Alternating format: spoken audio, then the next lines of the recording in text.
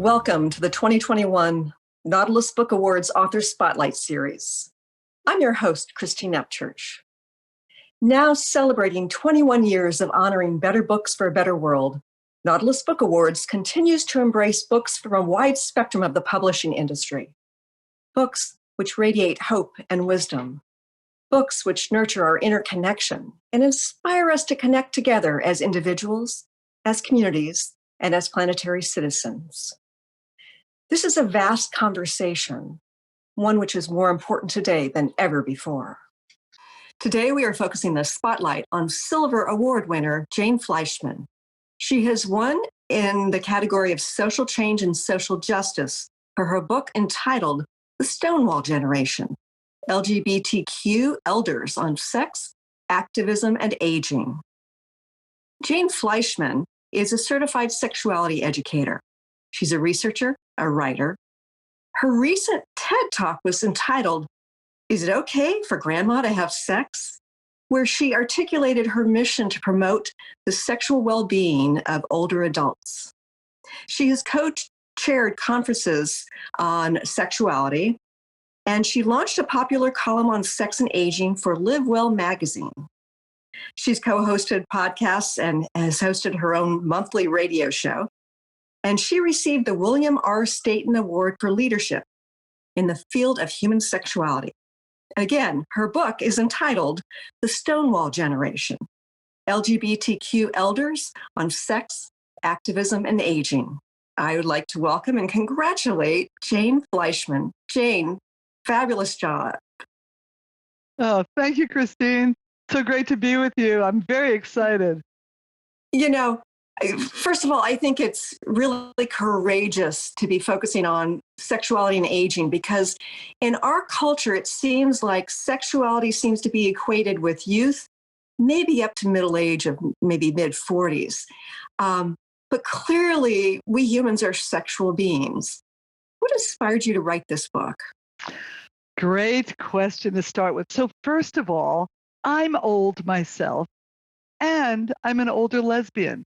So when I was going back to school, I retired from a very wonderful career after 30 years and decided I wasn't really ready to retire. I wanted to make some trouble. I wasn't sure what.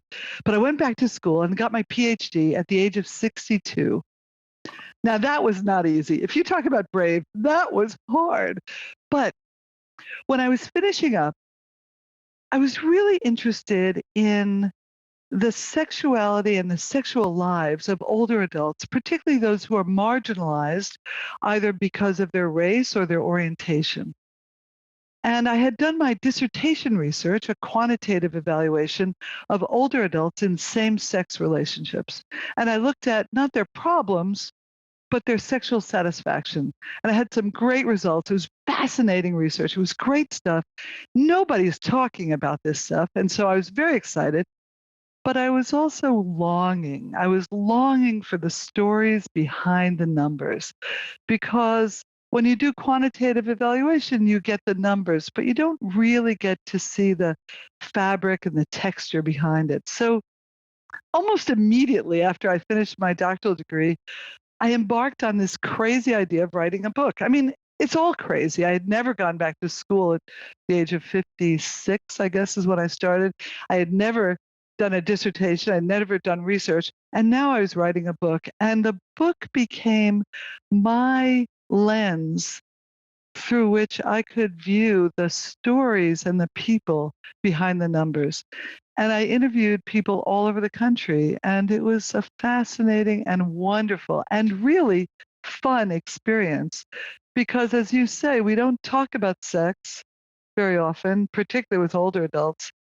And we really don't talk about sex amongst people who are not of the heteronormative sphere. And so I was really excited to highlight the stories of the people who I got to meet throughout the country. Now, the title of your book is The Stonewall Generation. And I was fascinated when I read your book about this history that I had never heard of before. Would you be willing to read a section where you talk about what happened at Stonewall? Sure. And I let me just set it up for you a bit, Christine, because many people have tried to do the research about this early moment in what we call the early gay rights movement in the late 1960s. And of course, the Stonewall Rebellion at the tavern in the West Village in New York City wasn't the first time that gay men, lesbians, bisexuals, drag queens, drag kings, transgender people had begun to fight back. But it was the first time that many people read about it in the New York Times. You understand what I'm saying? It was really the first time that it was presented by the popular press in a mainstream way. And raids at gay bars in those days were really common, happened all the time. It was illegal to serve alcohol to homosexuals. And so many of the bars were owned by people in the mafia. And when the police would come in, there would be an exchange of some money, and the lights would turn on and off. People would basically know that the police were there, and some people would be carted off if there wasn't enough exchange, and the night would continue. But on this night, something different happened. June 28th, 1969. So I want to hear a little bit about it. Absolutely, please. Something different happened on June 28th, 1969. On that night, two cops raided the bar at first. Deputy Inspector Seymour Pine was trying to end cooperation between the mob and the police, which is why there was no forewarning. Then a whole unit of cops raided the bar. Why so many?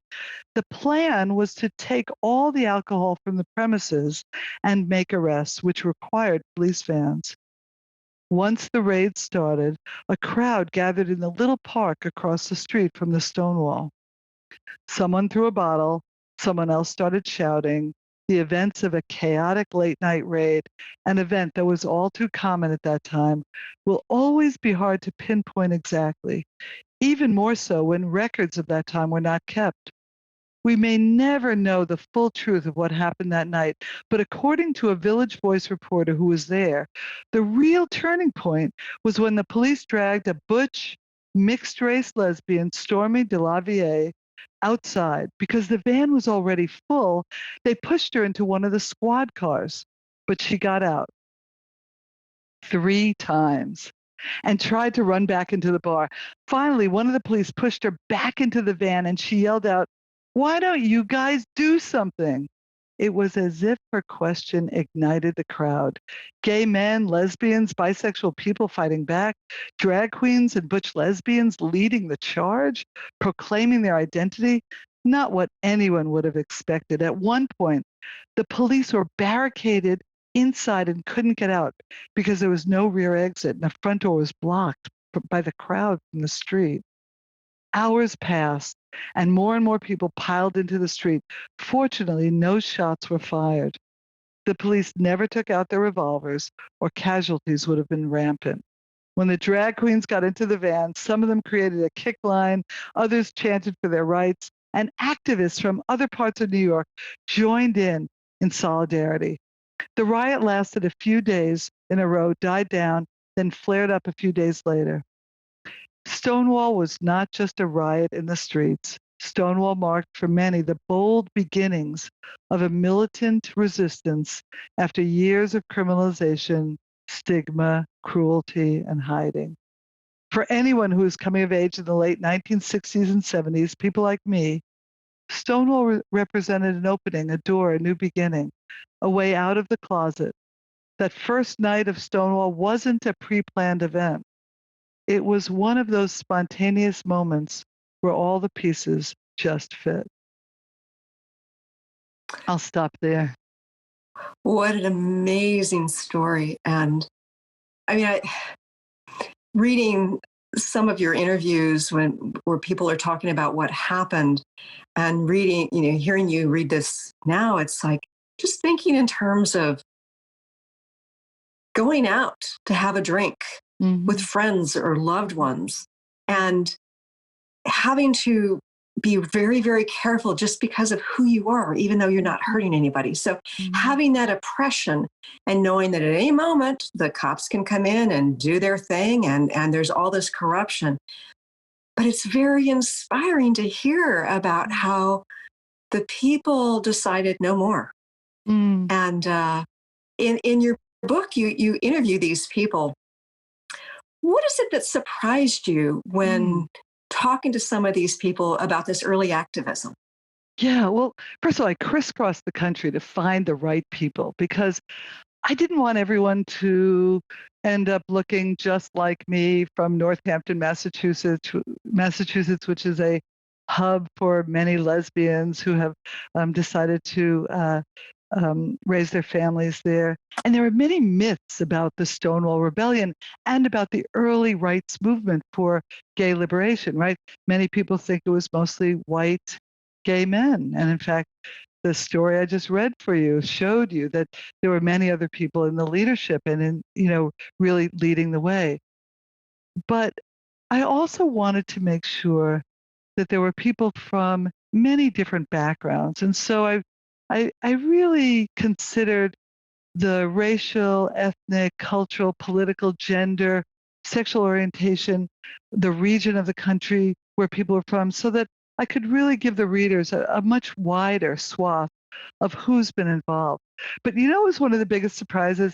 I thought this was going to be a book about people who were there that night or those 5 or 6 nights. Well, it's true. I mean, 2 of the people in the book, Miss Major Griffin Gracie and David Velasco Bermudez, were both there that night. Miss Major was a sex worker in those days, and she was making sure that her quote unquote girls were okay, and she wanted to, check in with them. And David is a Puerto Rican gay man and was going out for a couple of beers with some friends. He was upset that Judy Garland had died, and he was going out to nurse his sadness. But everyone else in the book got into the book not because they were there that night, but because their lives were incontrovertibly changed by the events of the Stonewall Rebellion that night on June 28th, 1969. And all of the other people in the book, I realized I was attracted to their activism. I was attracted to what the Stonewall gave to them in terms of the bravery and the courage that they could take with them to be involved for the last 5 decades in terms of their political action for social justice and social change. That's why I love that I got the Nautilus Book Award, because that's exactly why I wrote this book. I wanted their stories to be center and their stories to be the focal point. My story is a good one, absolutely. But we've heard too many stories of people like me, cisgender, white. There's a lot of our stories out there. But for the people in my book who have suffered from racial and political oppression, gender identity oppression, those people's stories have not been told. And the act of storytelling was the greatest surprise at all, that was the biggest gift I think I could give to the public in terms of writing this book. Now, I know that you wrote an entire dissertation about sexuality. So this is, you're going to have to put it in a nutshell for the purpose of this interview. But how did activism affect people in terms of the way they view their sexuality and the way they view their sexuality today? One of the women in my book, Edie Daly, told me that she met her partner, who's now her wife, when she was in her 60s. And she said to me, the sex I found with Jackie was the greatest sex I'd ever had my whole life. Now, Jackie has just turned 90. Edie's in her 80s. They're still together. And when I hear stories like that, it gives me hope. It gives me a sense that not only are they activists, but they're also lovers. And they have brought that into their lives in every way. And Edie says it very well. She says that in their lives, their sexual life is part of their lives, just like their political life is part of their lives. And I really love that. I love her conceptualization of that. So, do you have a message to the younger people who are looking for some sort of leadership? I know that in the gay male community, they lost a lot of their mentors through AIDS, people dying early of AIDS. And so what you're talking about here is activism of people who are older and people who've been marginalized. What message do you have for the younger people? Um, I reserved a spot in my book for a young person, and I found the right person. Joey Wasserman works at SAGE. I don't know if you know about SAGE. It's one of the oldest LGBTQ organizations devoted to working with elders, and they've been around for a very long time. And Joey works for SAGE, um, and he loves to hang out with old people. He's in his 30s, by the way, and he loves to hang out with old people because he's trying to teach his peers about what struggles his elders have gone through in order for his peers to feel as safe and free as they do today. Now, I have two messages. All right, I'm sort of a rule breaker, Christine. So you asked me for one message for young people, but I want to give two messages. One is it's time for young people to really begin to take the mantle on for what we see as sexual liberation and sexual freedom for gender and sexual minorities. And I think people are doing that right now. I think that millions of young people who've been taking to the streets in the last year and a half against police brutality, against Black and brown people through the leadership of the Black Lives Matter movement have really begun to teach all of us about an intersectional type of politics that maybe had been lost on some of us when we were a little bit too narrowly defined at some points in our lives. So I want to say that I love during Pride Month that many of the Pride committees are now being taken over by young people, which is perfect because from my mind, Pride started, by the way, the year after the Stonewall Rebellion happened in 1970 in the Village in New York City. And Pride was really started as a sexual liberation movement, but has moved more into assimilationism. And I'm not so much of an assimilationist, I'm more of a liberationist. I want to see that militancy come back. But I also want young people to revere and respect the stories of their elders so that they can learn from both our triumphs and our mistakes. Because we've had police brutality, for instance, has been on the agenda for years. That was one of the key items that was essential to the beginning of this movement to be working on. And we're still working on this now, 50 years later. And I guess I'd say that we need to walk shoulder to shoulder, arm in arm, and we need to also, as older adults, people like myself, we need to make room. We need to step to the side so that we can make room for the younger folks to take the leadership. Because of course, when I first started learning to be an activist, I was in my 20s and someone made room for me. So I'm all about doing that as well. Jane, wonderful book. Congratulations on your Silver Award. And again, Jane's book is entitled The Stonewall Generation, LGBTQ Elders on Sex, Activism, and Aging. Thank you so much. Thanks, Christine. What a pleasure.